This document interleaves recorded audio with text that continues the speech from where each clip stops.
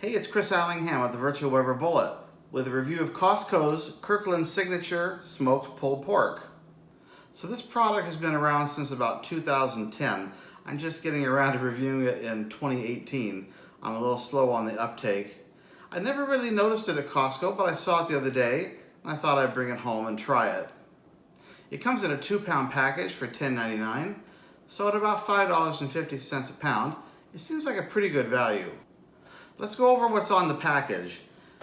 On the front of the package it says pit smoked with real hickory wood. On the side of the package it says starts with pork that is raised without antibiotics and vegetarian fed, slow smoked for over 10 hours in a traditional pit style method using real hickory logs. The hickory logs are the source of both the heat and the smoke, which gives the pork a deep smoky flavor. After smoking, it is hand pulled to maintain the texture of the pork.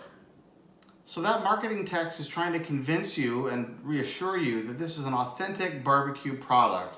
The hickory logs have been used to create the heat and the smoke that's used to prepare this product, and you're going to get a deep, smoky hickory flavor. Other items on the label include no antibiotics, pork raised without antibiotics, and there are some examples of serving suggestions. One is in a taco, one is what looks like on an open-faced sandwich of some kind, or maybe that's supposed to be a thick crust pizza, and also in a sandwich on a bun with coleslaw, like a pulled pork sandwich. Now, as for the heating instructions, they suggest 2 ways of heating this product. One is in the microwave, puncture some small holes in the plastic pouch, put it in the black tray that's inside here, and then heat it for about 7 minutes on high until hot. Let it stand for 2 minutes before you cut it open and stir it up. The other approach is on the stovetop. Place the pouch in boiling water for 12 to 15 minutes. Carefully remove the product from the boiling water, pat it dry, and open the bag and stir up the contents. In this photo you can see what the pulled pork looks like when you take it out of the advertising sleeve. It's a plastic microwave safe tray with a shrink wrapped bundle of pork. You can see that there's some white congealed fat. The pork looks quite pink. There's a few brown spots. What you don't see is any real indication of any dark meat from the outside surface of the pulled pork. Now, it's always my tendency to use what I think is the best approach to reheat one of these products and give it the best chance of being as good as it can possibly be. So I placed the pork in a Dutch oven full of boiling water. And I want you to watch this video carefully. You'll notice that the water boiled very, very vigorously at times, almost to the point of being dangerous.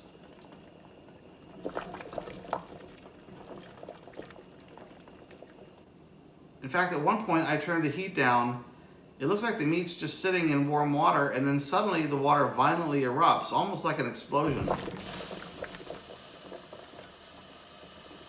So my advice is, if you're going to reheat this product in boiling water, be very careful. Don't put your hands or face over the pot. Use long tongs to handle the package. Be very careful when you put it in and out of the water, because it may boil in a way that's unfamiliar to you. It may actually boil in sort of a violent way, depending upon perhaps your Dutch oven and the temperature at which you boil it. Here you can see that I've removed the pork from its packaging. I've dropped it into a mixing bowl. It does not look very appetizing at this point, and you will notice again how pink it looks. The first thing I noticed when I opened the package after boiling was a very strong, cured smell. In fact, the smell reminded me of this, Underwood deviled ham. If you've ever had this product, it's a potted ham product. It's a spread, it's cured, has a very strong cured odor when you open up this package. And I had the same experience when I opened up the package of the smoked pulled pork. So I refer to the ingredients list on this product, and it says pork, water, salt, spices, and sodium nitrite. So in fact, this product has been cured as part of its processing.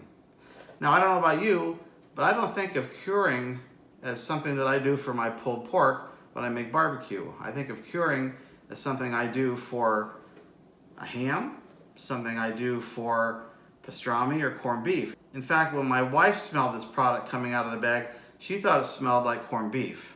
So I proceeded to stir up the pulled pork. It looked a little bit better when it was stirred, but still it was very pink, And I didn't find any dark pieces of outside meat, any of the Mr. Brown that you like so much when you have pulled pork. I proceeded to make a sandwich using the pulled pork.